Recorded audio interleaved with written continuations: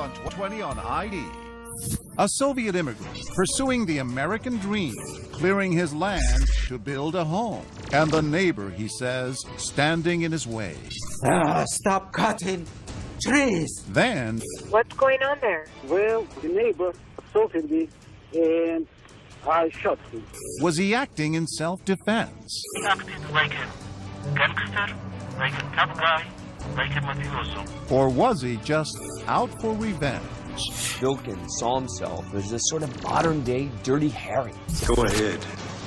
Make my day. Who is this guy? This man who murdered my father? Plus, the prominent surgeon who was a hero. Will care for you just as I care for my own family. Everywhere but home. You're out of your mother mind. He slapped me, he pushed me, he grabbed my hair. Behind closed doors, turning from brutal to bizarre. I think we put a gun to our head to get attention. Look at my face. You see a man driven to insanity. What lies beneath? Welcome to 2020 on ID. I'm John Quinones. It can happen in an instant. Someone snaps with tragic, even deadly consequences. And in the aftermath comes the realization that a hidden rage was simmering just beneath the surface. You're about to see two stories of people whose outward appearance masked a dark and dangerous side. First, neighbors embroiled in a property dispute. But as Matt Gutman first reported in 2014, the boundaries in this explosive story were about far more than just land. In the lush green hills of Gentile, Encinitas, California, a toxic tale of shrubbery. The invasive Brazilian pepper tree and two men losing it in a dispute over clearing poisonous bushes from a driveway. 911 emergency. My partner just got shot. Please come to Lone Jack Road. Please hurry. He's bleeding. He got shot in the head. For Evelyn Zeller, March 28, 2013 began as a beautiful day. Hey, they're all beautiful days here in the San Diego suburbs. That morning, she awoke in the master bedroom of this rented Spanish contemporary and shared a tender moment with her boyfriend, John Upton. It was my birthday. John woke me up to wish me a happy birthday. She says Upton, still in his pajamas, headed outside to make room for two day laborers clearing brush on the driveway of their neighbor, Michael Vilken. John went out to offer to move the car. Yes. To understand what happened next, you need to understand the lay of the land. Upton lived here. Vilken owned the adjacent, undeveloped 2.6-acre lot, including this narrow strip, his future driveway. The problem was these Brazilian pepper trees along that strip had become a creeping menace, choking off access, and Vilken needed them gone. On this morning, Upton's Mercedes SUV is parked beside the trees on Vilken's land. He wanted to move the car to give them more space to trim the trees. Just a couple of minutes later, Evelyn gets up to follow him outside. I had set foot on the first step right there as I heard the shots. Using this massive .44 Magnum revolver, Vilken shoots 56-year-old John Upton once in the midsection, followed several seconds later by a second shot to the head, execution style. So I look up the path and I see John lying on the path. And you instantly knew that he was dead? I felt he was dead. And suddenly I hear Vilken go, "Don't get any closer." And he has the gun pointed at my chest. He a crazy dude. He's got a gun. Oh my God. What a the Russian guy, he's still got a gun, man. You gotta be careful. None of it makes sense. Cold-blooded murders just don't happen around here in sunny Encinitas, and neither of these men were magnets for trouble. Certainly not the diminutive, cerebral, and hard-working Michael Vilken. It was just a shock to imagine that Michael was the one to do that. The neighbors were aghast. Yeah, I talked to him all the time. He was friendly to us. He let us park on his lot. Tamara Vilken, Michael Vilken's wife and companion for the past 30 years, stands by her man. Michael has beautiful heart, and other people saying that to me. It's not me saying that. They were God-fearing immigrants who fled the former communist Soviet Georgia to chase their American dream. They bought this vacant land on Lone Jack Road after years of scrimping and saving from his past fledgling career as an economist and hers as a piano teacher. So why did you and Michael decide to buy that piece of land? Well, it was a beautiful piece of land with a great view. It's a great neighborhood, and Michael wanted his whole life to give me a present, and that was his present to me. Did he have any hopes or dreams for that land? Yes, we wanted to build the house over there and probably retire. Vilken spent every minute he could spare working the land the old-fashioned way, with shovel, wheelbarrow, axe, and saw, lovingly nursing it to health, all for the day they could build their dream home. He was here every day for 8 to 10 hours a day, tending to his empty lot, cutting things down, moving dirt around. As for Vilken's neighbor, John Upton, a 6'2", 235-pound teddy bear of a man, wasn't a hero only to his children, John and Elizabeth. So many fond memories. So many memories. When you look at, like, in a span of 56 years of how many things he accomplished and how he's impacted the world. Hello! Hello, Alexandra! To many, he was practically a saint. This is 2020. From ABC News. As reported here on 2020 and 1993, John Upton was a documentary filmmaker who made it his personal mission to rescue Romanian orphans. The Romanian government has put these kids on the back burner. However they want me to do it, I'll do it. But for God's sake, let me help these kids. I really knew from a very, very young age that you really can make a difference because I saw my dad do it. Since then, he'd settled down here with his girlfriend, Evelyn, a New Ager enthralled with Upton's Zen. What was it like living with him? It was wonderful. He was a man who was always in a good mood. He woke up and he was just happy and content, and he was so patient with me, and his love was just beautiful. We love Buddhas, we love serenity and peacefulness and inspiration. So where did it all go wrong? The answer is in the poisonous trees on that narrow strip of Vilken's land. Upton liked them, but remember, Vilken wanted them gone, and his interest in landscaping bordered on obsession. I questioned why he was spending so much time on the lot. He just seemed eccentric. Just seemed a little eccentric, yeah. Others chose a different word. I think his behavior was absolutely bizarre. I mean, who buys a site and then hangs out on it and works on it 10, 12 hours a day when the same amount of work can be done in a day with a bulldozer? That doesn't make any sense to me. None of what he did was permitted. This was a landslide property. It wasn't safe for the neighbors. Despite those concerns, Evelyn says Upton never complained about his neighbor. He used to say many times, wow, I admire his work ethic. I've talked to my dad for I've talked to him every day. Forever. Did he ever mention Vilken? No, not. I've never heard that name in my entire life. And yet, surely something happened to provoke that brutal homicide on the morning of March 28th. Something that would make the egghead immigrant lose it. Hurry up, hurry up! Hurry up, he's dead! I think he's dead! Hurry up, please! Before she called 911, before she even approached the crime scene, Evelyn Zeller noticed something odd about the shooter. When you came out, he first saw you. What did he do? He seemed to be on the phone. It's not often that the killer calls in the homicide he's just committed, but that's exactly what happened here. An emergency? I need a detective here. What's going on there? Well, the neighbor assaulted me, and I shot him. In theory, Vilken did the right thing. He shoots someone, he calls 911. And yet, there was something sort of cold and callous about the call. You shot him? Yes. Like with a gun? Yes. Where is the gun right now? I have my gun, and don't worry about it. When sheriff comes, it will be in the gun case. I'm a responsible person, don't worry about it. Within minutes, sheriff's deputies arrive to find Vilken still on the phone with the 911 operator. Hello. Put the phone down. He's arrested, but remains cool and so confident that the next day he agrees to talk with our San Diego affiliate, KGTV, expressing no remorse, but shockingly, he does express disappointment.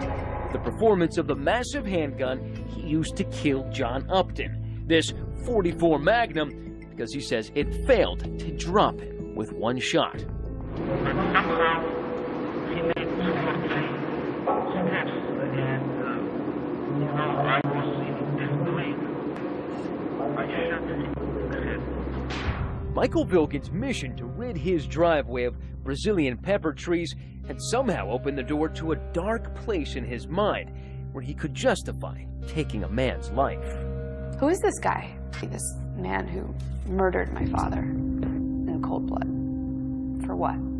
For good reason, says Vilken. I expect justice to be done. Because, as he's about to tell us, John Upton was no saint, but a menace who terrorized him like this. Stop cutting trees! What you're saying is that John Upton deserved to die. Stay with us.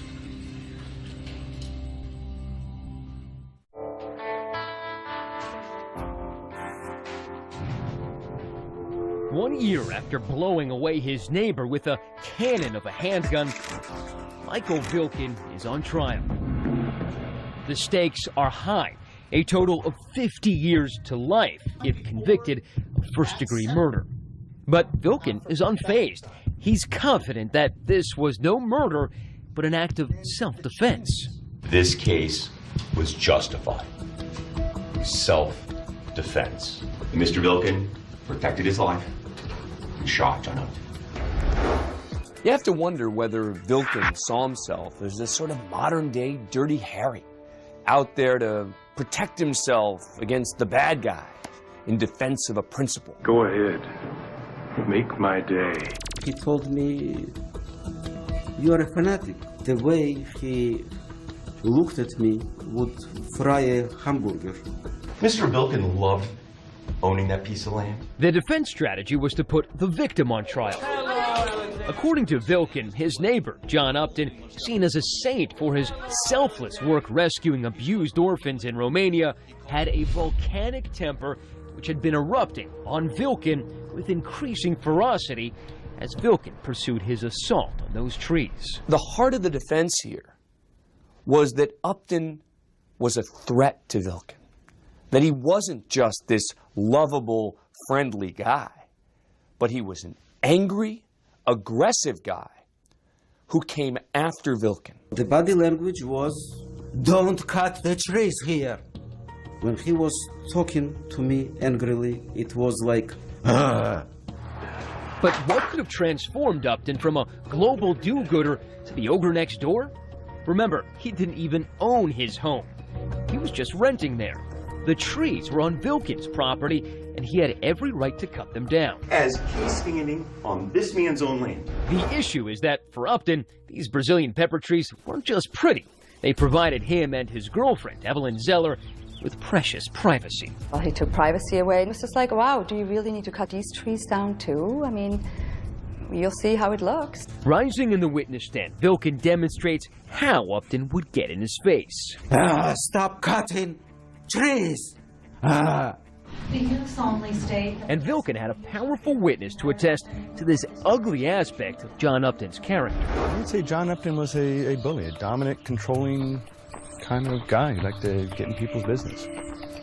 Did he get in your business? Yes, he did. Dwayne Byram is the ex-husband of Upton's girlfriend, Evelyn Zeller. When I was dropping off my kids, he'd get in my face. Get back to your car, back to the driveway. You have no right to come to my house. Byram says the verbal abuse was withering and unprovoked. He said, you're a get the off my property. I believe John Upton had a dark side. And so when you hear Michael Vilken talking about being physically intimidated frequently by John Upton, you're saying that's within the realm of reason?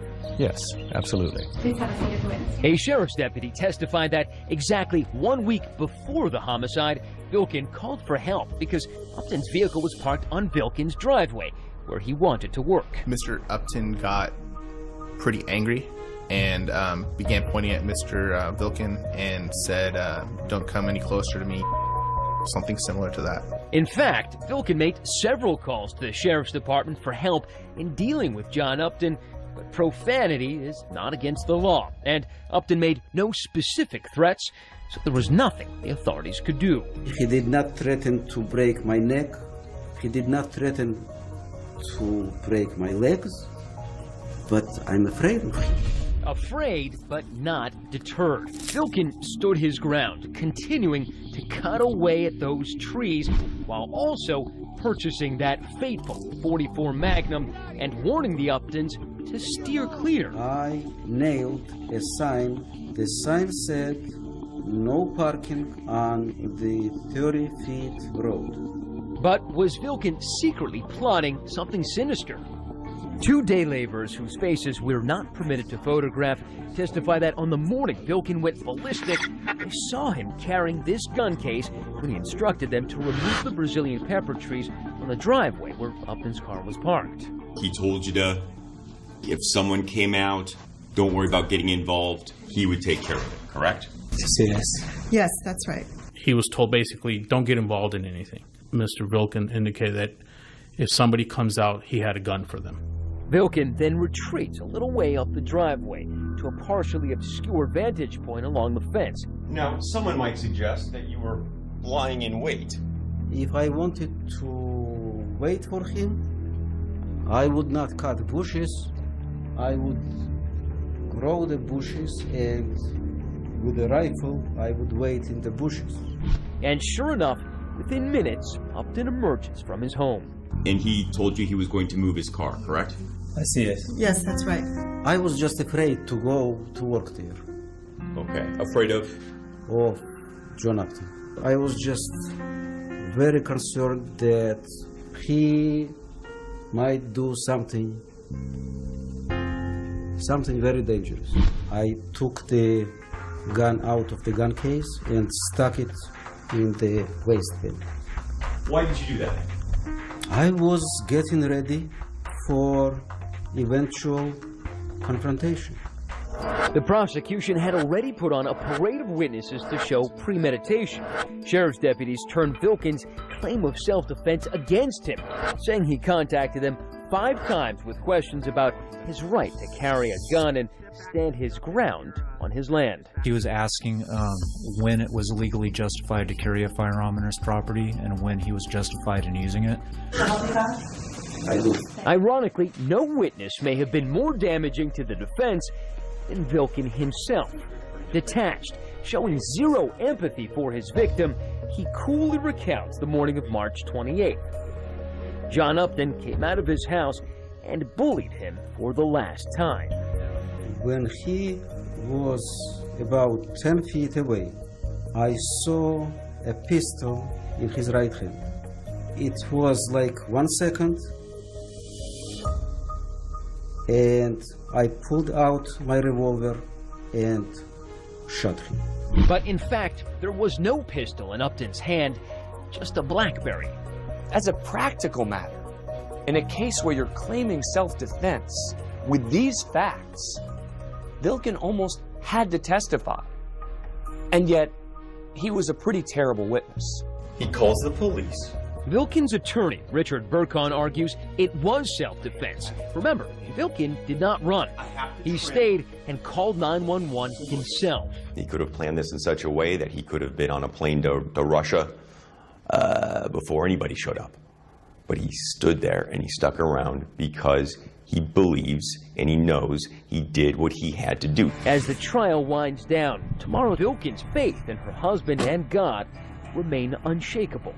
And I think everything is in God's hands, right now, whatever he decides.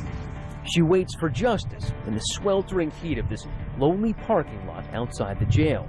And he stood there before the angel. And as she reads the Bible, we visit with the man who thought he could skip that part about thou shalt not kill.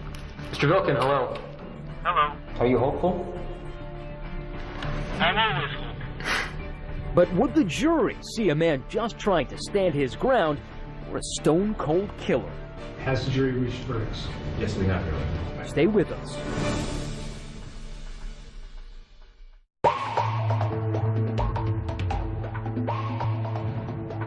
John Upton is dead. It has been 18 months since his family tearfully buried him. Michael Vilkin is alive, but the jury's about to make the fateful decision about the rest of his life. This isn't bang bang. He is taking his time. In his closing arguments, the prosecutor opens up on Vilkin, blasting holes in his story, saying his claim of self-defense is indefensible. That gun was overkill. Prosecutors clearly believe this wasn't a fight that culminated in someone getting shot. They believe this was an execution. Portraying not a frightened, diminutive immigrant, but quite possibly the first person in this jurisdiction to commit murder over landscaping. The neighbor assaulted me and I shot him. You shot him? Yes. Calm, collected, trying to assure the 911 operator that he is a responsible person. The defense scrambling. It sounds so stupid. We're talking about trimming trees. It's on this man's land. Defense attorney Richard Burkhan tries to assert that the Georgian emigre was simply engaged in that most American of activities, protecting his homestead. Draw upon your common sense. You've got a much larger person and a much smaller person that's going, don't work here anymore. And that's what Mr. Vilkin was enduring, threatening behavior. But it was his unsympathetic demeanor on the witness stand, often nonchalant, sometimes even laughing, that had more of an impact on jury foreman Brooke Haley. The fact that he was his own character witness and he didn't acquit himself well. I am ashamed to use this figure of speech, but he shot himself in the foot on the stand. Yeah. Finally, in June 2014, the verdict. We, the jury, in the above entitled cause, find the defendant, Michael Vilkin, guilty of the crime of murder in the first degree. First-degree murder. Those words cruelly ricocheting in Tamara Vilkin's head. When you were sitting there in court and you heard murder in the first degree, what went through your mind? I didn't believe it. I did not believe it. I still don't believe it. I'm going to appeal as far as I can go. It doesn't matter whatever it takes. I am going to fight.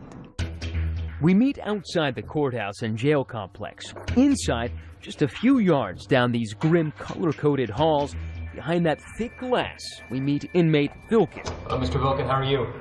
Still emitting a glow of self-righteousness. What did you think that they were going to give you?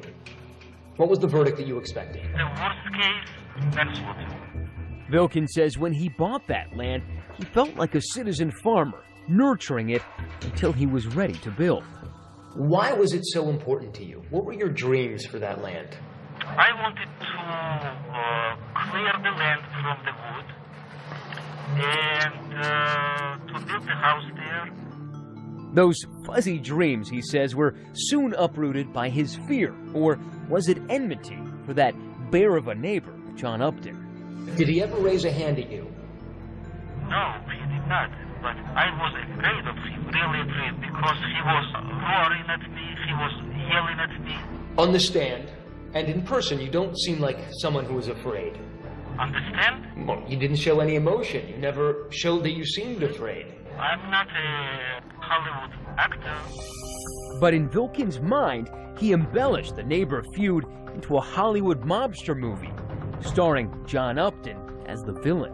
He acted like a gangster, like a tough guy, like a mafioso. What you're saying is that John Upton deserved to die? No. I'm saying that I saw a mafioso and I was afraid of him. Mr. Vilkin, it sounds, no offense, but it sounds like you're detached from reality. This was a fight over shrubbery. This had nothing to do with mafia. No. He encroached on the road. So you expected to shoot him? I expected to act in self-defense. Regrets? Not even a few. If you spit in my face, I will not just turn around and leave. You don't turn the other cheek? No. No. And Upton was, figuratively speaking, was spitting in my face the whole year. But probe beneath all that bravado, and it's clear Vilkin knows he shattered the person he loves most. Do you feel badly for your wife? For Tamara? Yes. Yes, of course. Because you know that this has destroyed her. She loves you more than anything in the world. I know. When you think of your dream plot of land, what do you think of it now? I wish we never bought it. Why do you wish you never bought it? Because it brought nothing but pain to us. Vilkin, his beard whiter now after 18 months in jail, tells me he'll appeal, saying his lawyer was incompetent. And he's got a handwritten note that he wants us to read, listing his complaints. Defense counsel did not explain to the jury the effect of provocation. I was sitting there like a hostage while my defense counsel was blowing hot air. But as we wrap the interview, this convicted killer, who at times smiled like a kindly uncle, patiently answering all of my questions without a hint of anger or remorse, leaves me with one final chilling thought. Are you hopeful? I'm always hopeful. Unless I see a pistol in your hand. Then you shoot me. And I will shoot you in 1 second. Our time is over. Vilkin turns and walks to the guard station, cheerfully nodding to his jailers. Outside, his victim's daughter still struggling to come to terms with her loss. I can't believe that it really happened.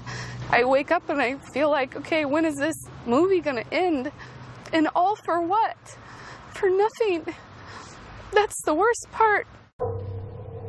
2 years after the murder of John Upton, the vacant lot at 2902 Lone Jack Road sits abandoned. And though the owner and his neighbor are long gone, those Brazilian pepper trees will soon grow back.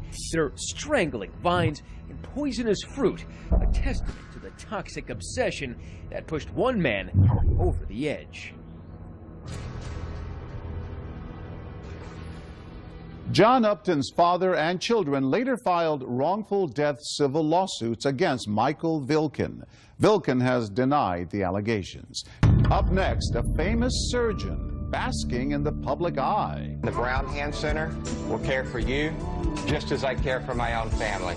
But when the spotlight is off, I think we put a gun to our head to get attention. He's gone nuts. We're probably going to have to restrain him further. Stay with us.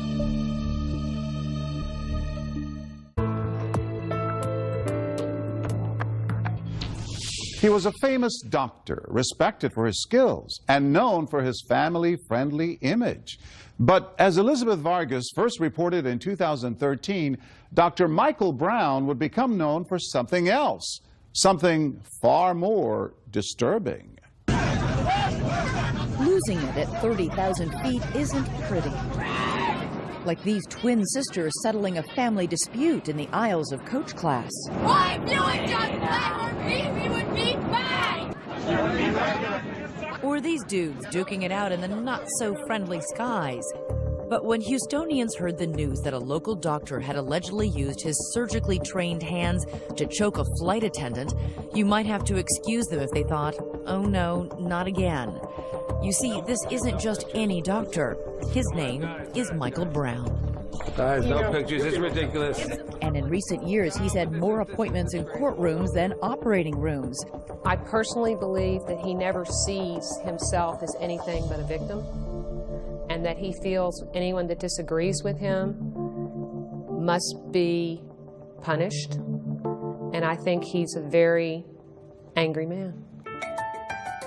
At one time, Michael Brown was one of America's leading hand surgeons, an innovator in a treatment for carpal tunnel syndrome with a taste for finer things. For the doctor, that meant a life of Texas excess and exes.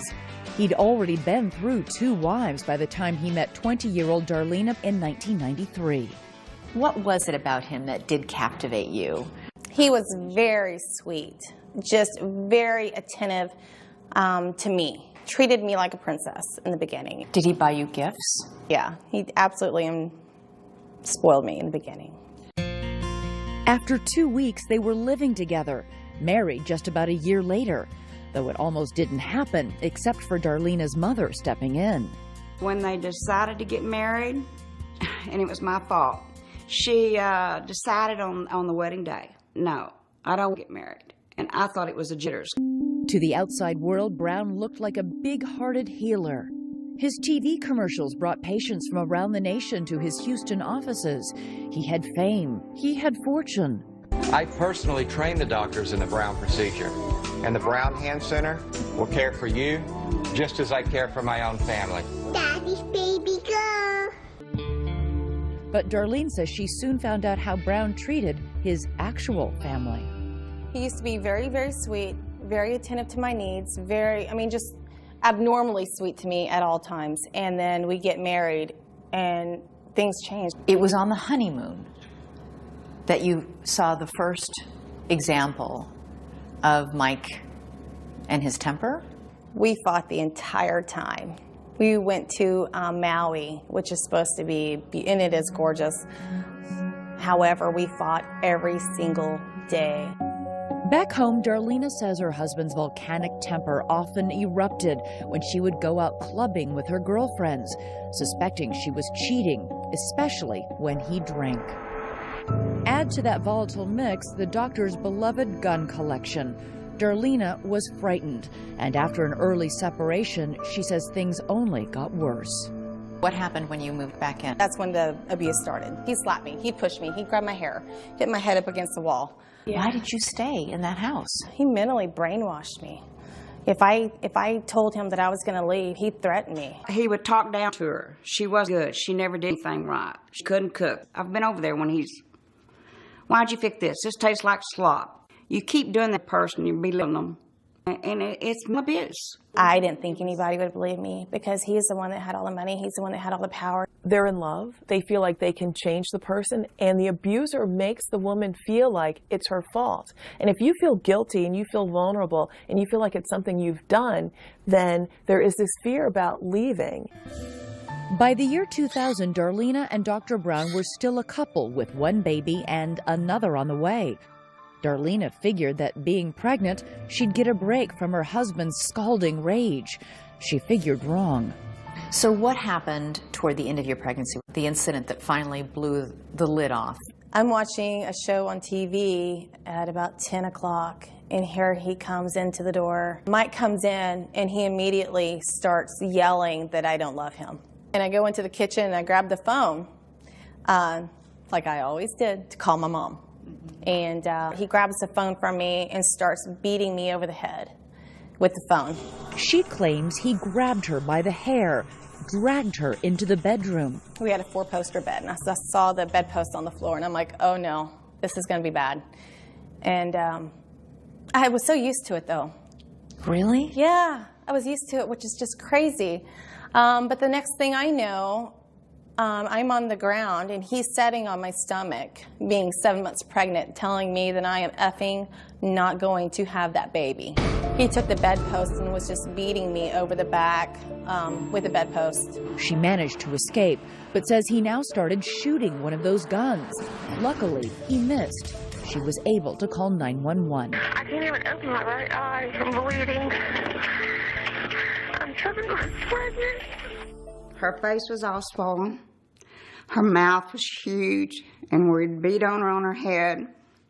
They had the long bedposts that are on their bed. Had this huge bedpost mark.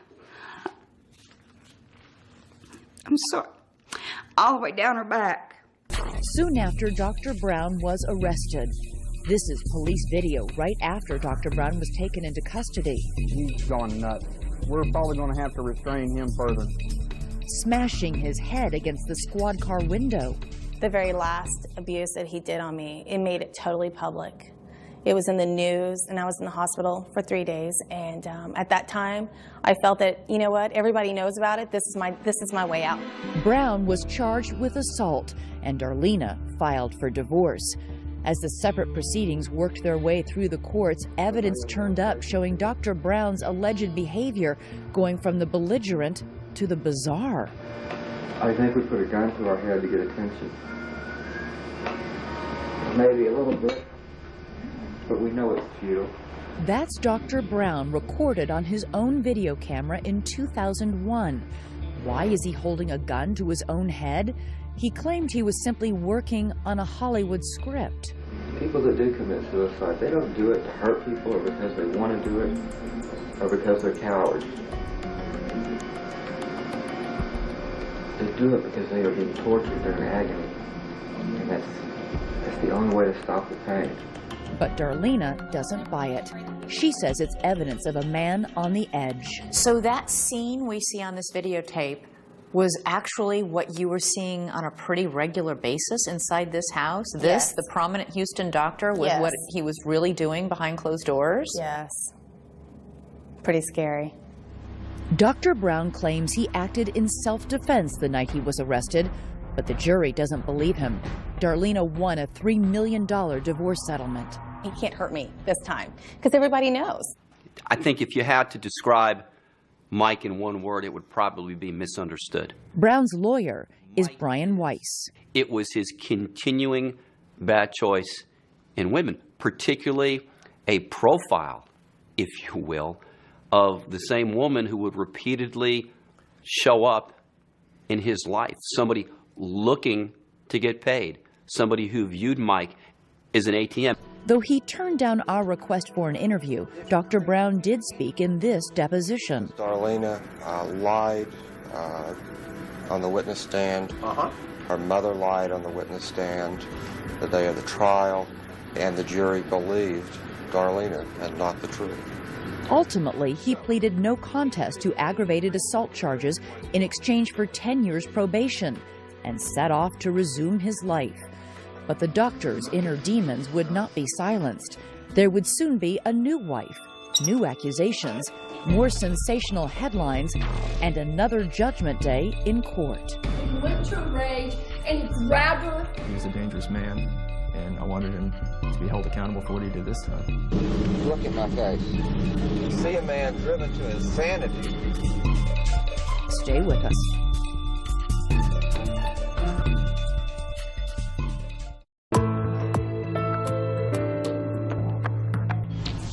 Dr. Michael Brown's once charmed life has taken a hit. He pled no contest to assaulting his former wife, Darlena.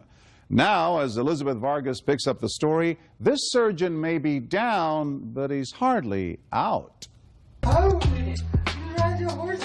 Dr. Michael Brown looks anything but the face of rage in this home video with his children following his divorce from Darlena. Say hi, Kevin. Maybe that's why all the sensational publicity surrounding his aggravated assault case didn't ruin his practice.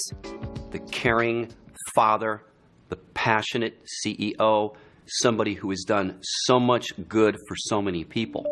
Dr. Brown's patients either don't know or don't care about his personal controversy. After his 2001 divorce, Brown's business thrives.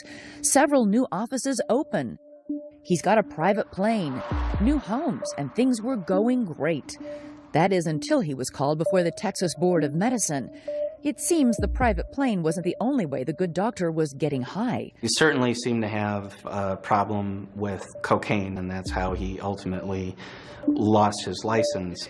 Even though his license was revoked, Brown continued to live a charmed life. My baby got me a king throne chair. There was a beautiful new wife, Rachel, and a new family and more children. And a bunch of kiddos. Dr. Brown polished his image, distributing these photos from a self-published book, showcasing swanky parties, social events with luminaries like President Bush. Brown even won a humanitarian award, but once again, behind the scenes, the picture-perfect marriage was collapsing.